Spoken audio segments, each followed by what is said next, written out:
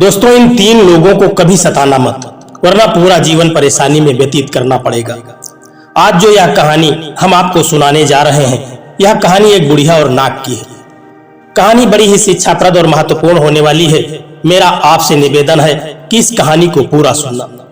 दोस्तों, मनुष्य की गरीबी का मुख्य कारण क्या होता है और वह पूरा जीवन गरीबी में क्यों व्यतीत करता है? मनुष्य के कौन से कर्म उसे अमीर नहीं बनने देते हैं? इन सभी प्रश्नों का उत्तर आपको इसी कहानी में मिल जाएगा। दोस्तों, किसी गांव में एक बुढ़िया अपने 2 बच्चों के साथ रहती थी। बड़े ही सुख के साथ उसका जीवन कट रहा था। घर में सिर्फ 3 सदस्य थे। बुढ़िया दिन भर काम करती और अपने बच्चों का पालन पोषण करती थी। वह ज्यादा अमीर तो नहीं थी, लेकिन जितना भी था वह उसके और उसके बच्चों के लिए पर्याप्त था। बड़े ही सुख के साथ उसका जीवन व्यतीत हो रहा था। बुढ़िया जब भी अपने घर से कभी बाहर जाती तो वह सोचती रहती थी कि कितनी जल्दी वह अपने घर को पहुंच जाए। घर से बाहर उसे एक पल भी चैन नहीं मिलता था। दोस्तों, धीरे धीरे समय व्यतीत होता गया और उस बुढ़िया के बच्चे जवान हो गए, विवाह करने के लायक हो गए। एक दिन उस बुढ़िया ने अपने दोनों बच्चों का विवाह कर दिया। कुछ दिन तक तो सब कुछ ठीक चलता रहा। बुढ़िया अपने परिवार के साथ और अपने दोनों बच्चों और बहू के साथ बहुत ही सुख से रहती थी। एक दिन की बात है कि सुबह सुबह जब वह बुढ़िया जाग करके उठी तो क्या देखती है कि उसकी दोनों बहुएं आपस में लड़ाई कर रही हैं। यह दृश्य देख करके वह बुढ़िया बहुत दुखी हो गई। दोनों बहुओं के पास पहुंच करके समझा बुझा करके किसी तरह से उनका आपसी झगड़ा शांत करवाया। कुछ देर तक शांति रही। इसके बाद किसी काम को लेकर के फिर से झगड़ा शुरू हो गया। अब तो जैसे रोज का यह नियम बन चुका था। किसी न किसी बात को लेकर के, कोई न कोई बहाना या किसी काम को लेकर के उन दोनों में हमेशा झगड़ा ही रहता था। बुढ़िया उस रोज रोज के झगड़े से तंग आ चुकी थी। दोनों देवरानी और जेठानी में कभी झाड़ू लगाने के लिए, तो कभी बर्तन मांजने के लिए, तो कभी घर के कपड़े साफ करने के लिए, तो कभी खाना बनाने के लिए अक्सर झगड़ा बना रहता था। देवरानी कहती कि जेठानी क्यों नहीं करती यह काम, मुझे ही क्यों करना पड़ता है, और जेठानी कहती कि देवरानी क्यों नहीं करती। इस तरह से नित्य झगड़ा होता रहता था। उस घर की सारी सुख शांति चैन सब कुछ समाप्त हो चुका था। जिस घर में कभी सुख शांति हुआ करती थी, माँ बेटे बैठ करके घंटों बातें किया करते थे, उसी घर में एक दूसरे के पास बैठना भी लोग पसंद नहीं करते थे। ईर्ष्या कलह दुख का सागर बन चुका था वह घर।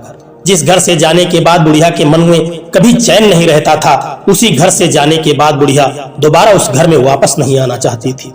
स्वर्ग जैसे घर का माहौल अब नरक बन चुका था। रोज रोज के झगड़े से तंग आकर के उस बुढ़िया ने सोचा कि परिवार बड़ा हो गया है, यहाँ रह करके कुछ अच्छी कमाई नहीं होती है, इसलिए बहुओं में अक्सर एक दूसरे से विवाद बना रहता है। बुढ़िया ने एक दिन अपने दोनों बेटों को बुलाया और कहा कि बेटा, परिवार का खर्चा अधिक बढ़ गया है और यहाँ आमदनी भी कम है, इसलिए कहीं बाहर जाकर के कोई अच्छा सा काम करके पैसे कमा लाओ, तो घर का खर्चा आराम से चलने लगेगा। और यह रोज रोज का जो लड़ाई झगड़ा होता है, यह धन के अभाव में ही होता है। जब इनकी जरूरतें पूरी होने लगेंगी तो शायद इन दोनों में विवाद न हो और यह घर फिर से स्वर्ग बन जाए। माँ की बात को सुन करके उसके दोनों बेटे परदेश जाने के लिए तैयार हो गए। जब वह जाने लगे तो अपनी पत्नियों से कहा कि मेरी माँ का ध्यान रखना, इनको कभी भी तकलीफ नहीं होना चाहिए। दोनों देवरानी और जेठानी ने कहा कि आप बिल्कुल निश्चिंत होकर के जाइए, मैं माँ का पूरा ख्याल रखूंगी, इन्हें किसी तरह की कोई तकलीफ नहीं होगी। बेटे निश्चिंत होकर के परदेश कमाने चले गए, लेकिन उन दोनों देवरानी और जेठानी का आपसी जो झगड़ा था वह शांत नहीं हुआ। अब तो बात यहाँ तक के पहुंच चुकी थी कि यदि बुढ़िया कुछ भी कह देती तो वह दोनों उन पर ही लड़ने के लिए तैयार हो जाती। पति परदेश में थे, यहाँ कोई टोकने वाला था नहीं। बुढ़िया को वह लोग जरा सा मानती नहीं थी और अब उनका झगड़ा और बढ़ चुका था। एक दिन उन दोनों देवरानी और जेठानी में इतना विवाद हुआ कि सुबह से दोपहर हो गई। बुढ़िया को सुबह से दोपहर तक खाना भी नसीब नहीं हुआ था, क्योंकि झगड़े में उस दिन खाना बना ही नहीं था।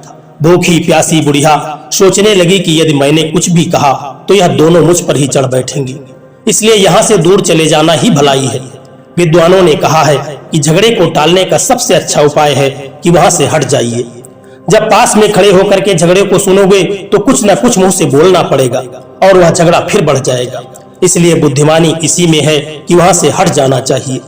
यही सोच करके बुढ़िया ने अपना उठाया हसिया और खेत की तरफ चली गई। एक पेड़ के नीचे बैठ करके बुढ़िया मन ही मन सोच रही थी, तभी अचानक से उसके सामने एक बहुत विशाल सर्प आ गया। उस सांप को देख करके बुढ़िया थर थर कांपने लगी, डर के मारे पसीना छूटने लगा। बुढ़िया वहां से भाग जाना चाहती थी, तभी वह सर्प मनुष्य की आवाज में कहने लगा। उसने कहा कि हे बूढ़ी माई, तुम मुझसे डरो नहीं, मैं तुम्हें किसी तरह की कोई हानि नहीं पहुंचाऊंगा। मैं तो सिर्फ तुमसे सहायता मांगने के लिए आया हूँ, तुमसे मदद के लिए मैं यहाँ आया हूँ। बुढ़िया ने कहा कि हे नाग देवता, मैं तुम्हारी कौन सी सहायता कर सकती हूँ, बताइए, मैं अवश्य करूंगी। उस सर्प ने कहा कि मैं कई दिनों से भूखा हूँ, भूख के मारे मेरा हाल बेहाल है, मेरे प्राण सूख रहे हैं। यदि कहीं से थोड़े दूध का प्रबंध हो जाए तो मैं अपना जीवन भर आपका उपकार मानूंगा। बुढ़िया ने कहा कि नाग देवता, आज तो मैं आपके लिए दूध का प्रबंध नहीं कर सकती, लेकिन हाँ, कल इसी समय तुम आ जाना, मैं तुम्हारे लिए थोड़ा सा दूध जरूर लेकर के आऊंगी। सांप ने कहा ठीक है माई। बुढ़िया नाग से कहने लगी कि अब तक मैं तुम्हें दूध कौन पिलाता था। वह सर्प कहने लगा कि मैं एक संत के आश्रम में रहता था। वे संत बड़े दयालु थे। आश्रम में उन्होंने एक गाय को पाल रखा था और उसी गाय के दूध से वे संत अपना पालन करते थे और हमारे भी भोजन का प्रबंध हो जाता था। अब उस संत की मृत्यु हो चुकी है, गाय का बछड़ा भी मर चुका है, अब वह गाय किसी को दुहने नहीं देती है। इतना कह करके वह सर्प वहां से उस दिन चला गया। बुढ़िया शाम को जब अपने घर पहुंची, सुबह उस घर से फिर से लड़ाई झगड़ा शुरू हो गया। दोनों देवरानी जेठानी आपस में लड़ने लगी।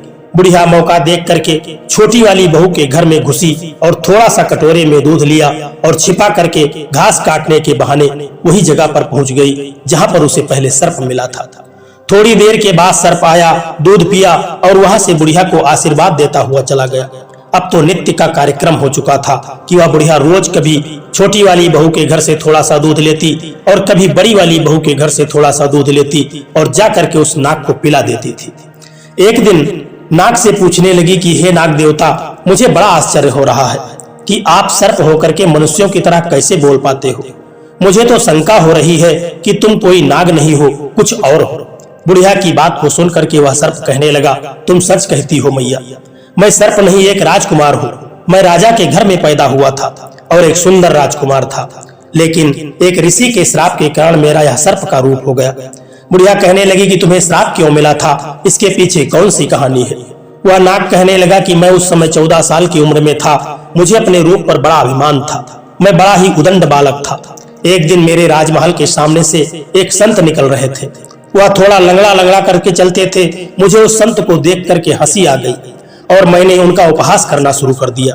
काफी देर तक तो वे संत सब कुछ सुनते रहे, लेकिन फिर भी मैंने अपनी उदंडता बंद नहीं की, तो उन पर डंडे का प्रहार करना शुरू कर दिया और कुछ पत्थर बहा करके मैं मारने लगा। संत को क्रोध आ गया और उन्होंने श्राप दे दिया कि जा, तू इसी समय सर्प के रूप में बन जा। मेरे साथियों ने जब जाकर के मेरे माता पिता को यह बात बताई तो मेरे माता पिता संत के चरणों में गिर पड़े।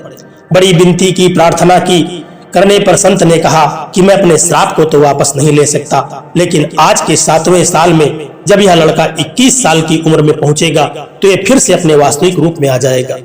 सर्प के रूप में देख करके मेरे पिताजी ने मुझे जंगल में छुड़वा दिया। अब कुछ ही समय शेष बचा है मेरे वास्तविक रूप में आने का। बुढ़िया नाग की बात को सुनकर के बहुत खुश हो गई।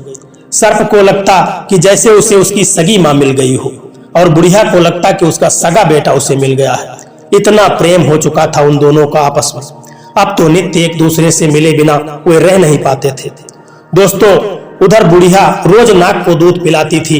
एक दिन दोनों बहुएं देवरानी और जेठानी आपस में कहने लगी कि हर तीसरे दिन हमारे यहाँ से थोड़ा सा दूध गायब हो जाता है। कौन है जो हमारे घर से रोज दूध चुरा करके ले जाता है। एक दिन बुढ़िया की चोरी पकड़ी गई। बहुओं ने छुप करके नाग को दूध पिलाते हुए बुढ़िया को देख लिया। दोनों देवरानी जेठानी चुपचाप घर को वापस लौट आई और बुढ़िया के आने का इंतजार करने लगी। कुछ देर के बाद जब बुढ़िया घर को वापस आई तो वह दोनों हाथ में डंडा लेकर के उसे मारने के लिए तैयार खड़ी थी। बुढ़िया दोनों बहुओं को रौद्र रूप देख करके डर गई। बुढ़िया ने कहा कि आज तुम दोनों ने कौन सा हाल बना रखा है, हाथ में डंडा लिए क्यों खड़ी हो। दोनों देवरानी और जेठानी कहने लगी कि आज मैंने देख लिया है कि तू कौन है और तू तो एक डायन है। किसी दिन तू मेरे बच्चों को खा जाएगी और जो तू उस नाग को दूध पिलाती है वह कोई नाग नहीं, वह तो कोई राक्षस है और तू उससे मिली हुई है। बहुत दिनों के बाद मैं पहचान पाई कि तुम कौन हो। आज से इस घर में तुम्हारे लिए कोई जगह नहीं है। तुम कहीं और जाकर के अपने रहने का इंतजाम कर लो। बुढ़िया जब जिद करने लगी कि मैं कहीं नहीं जाऊंगी, मैं तो इसी घर में रहूंगी, तो उन दोनों ने बुढ़िया को 2-4 डंडे लगा करके घर से बाहर निकाल दिया और घर के दरवाजे बंद कर दिए। थोड़ी देर तक बुढ़िया घर के दरवाजे के खुलने का इंतजार करती रही, लेकिन जब काफी देर बीत गई, घर के दरवाजे नहीं खुले, तब बुढ़िया वहां से उसी जगह आकर के पेड़ के नीचे लेट जाती है जहां पर वह सर्प को दूध पिलाया करती थी। रात्रि का समय बीत गया। सुबह उसी समय पर वह सर्प आया और बुढ़िया को रोती हुई देख करके वह सर्प पूछने लगा कि माँ, क्या बात है, आज तुम रो क्यों रही हो? बुढ़िया ने सारी बात उस सर्प को बता दी, उसके साथ क्या हुआ। बुढ़िया कहने लगी कि मेरी बहू मुझसे कहती है कि तुम डायन हो और मेरे बच्चों को खा जाओगी, मुझे घर से बाहर निकाल दिया है, पूरी रात मैं यहीं पर पड़ी रही हूँ। मेरे दोनों बेटे परदेश कमाने गए हैं, मैं कहाँ जाऊं और कहाँ रहूं? बुढ़िया की बात को सुनकर के वह सर्प कहने लगा, इसमें घबराने की कोई बात नहीं है मैया, आज से तुम मेरे साथ रहोगी। इतना कह करके वह सर्प आगे चलता है और पीछे पीछे वह बुढ़िया। कुछ देर के बाद वही आश्रम मिलता है जिसमें वह सर्प रहा करता था। बुढ़िया उस नाग से कहती है कि बेटा, तुम मुझे कहाँ लेकर के आ गए? नाग कहता है कि माँ, इसी आश्रम में मैं अब तक पलता बढ़ता आया हूँ। आश्रम बड़ा ही सुंदर है। कुछ देर के बाद वह गाय भी वहीं आ जाती है। बुढ़िया गाय का दूध निकालती है और खुद पीती है और नाग को भी पिला देती है। अब इसी तरह से उन दोनों माँ बेटे का जीवन व्यतीत होने लगा।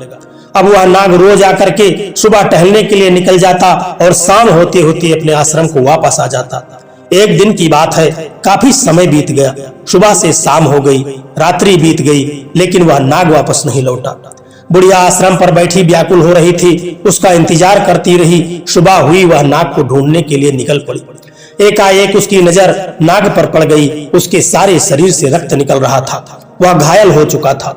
बुढ़िया नाग को लेकर के आश्रम पर पहुंची, कई औषधियों का लेप बनाया और उसके शरीर पर लगा दिया। धीरे धीरे कुछ दिन के बाद वह सर्प पूरी तरह से स्वस्थ हो गया। धीरे धीरे वह समय भी आ गया जब वह नाग एक सुंदर युवक के रूप में परिवर्तित हो गया। बुढ़िया नाग को मनुष्य के शरीर में देख करके बहुत खुश हो गई। आज उसके हर्ष की सीमा नहीं थी।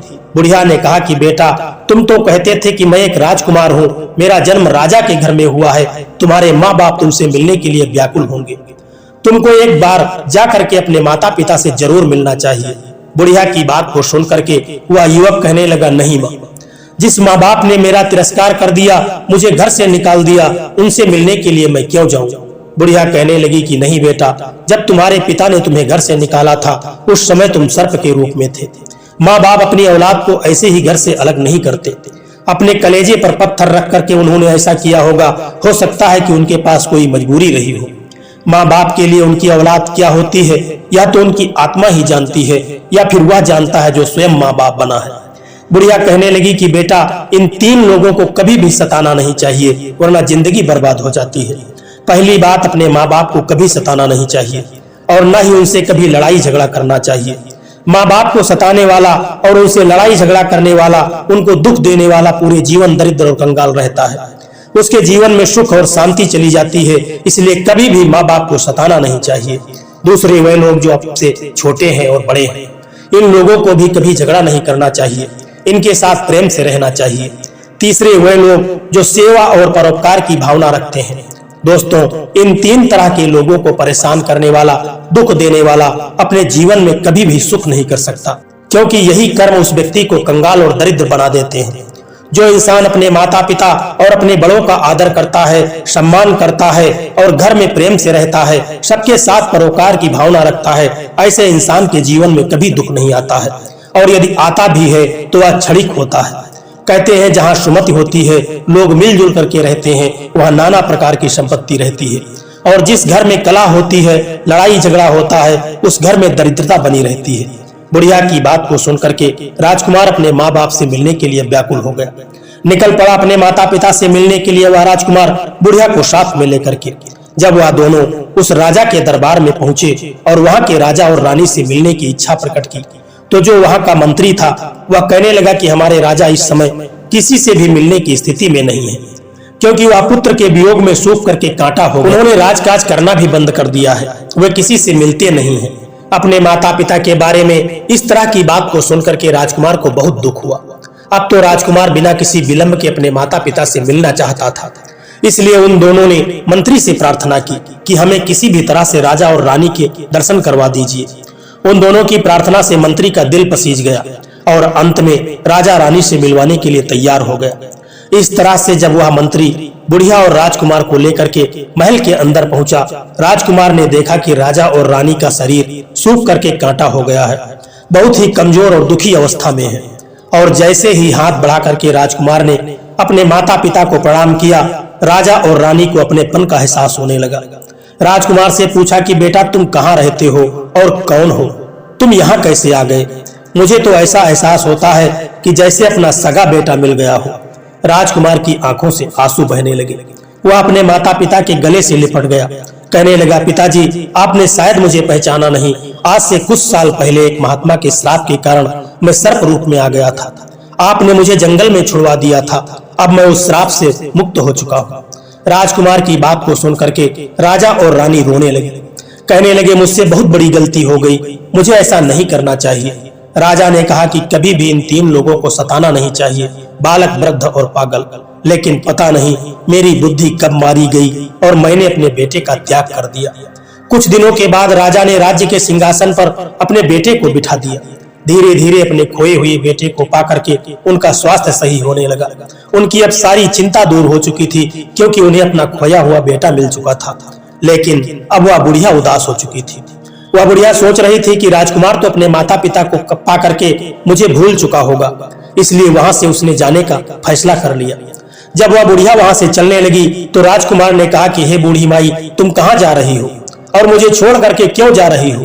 यदि तुम यहाँ नहीं रहोगी तो मैं इस राज्य का त्याग करके तुम्हारे साथ चल दूंगा, क्योंकि जन्म देने वाली माँ से पालन पोषण करने वाली माँ का अधिकार कम नहीं होता है।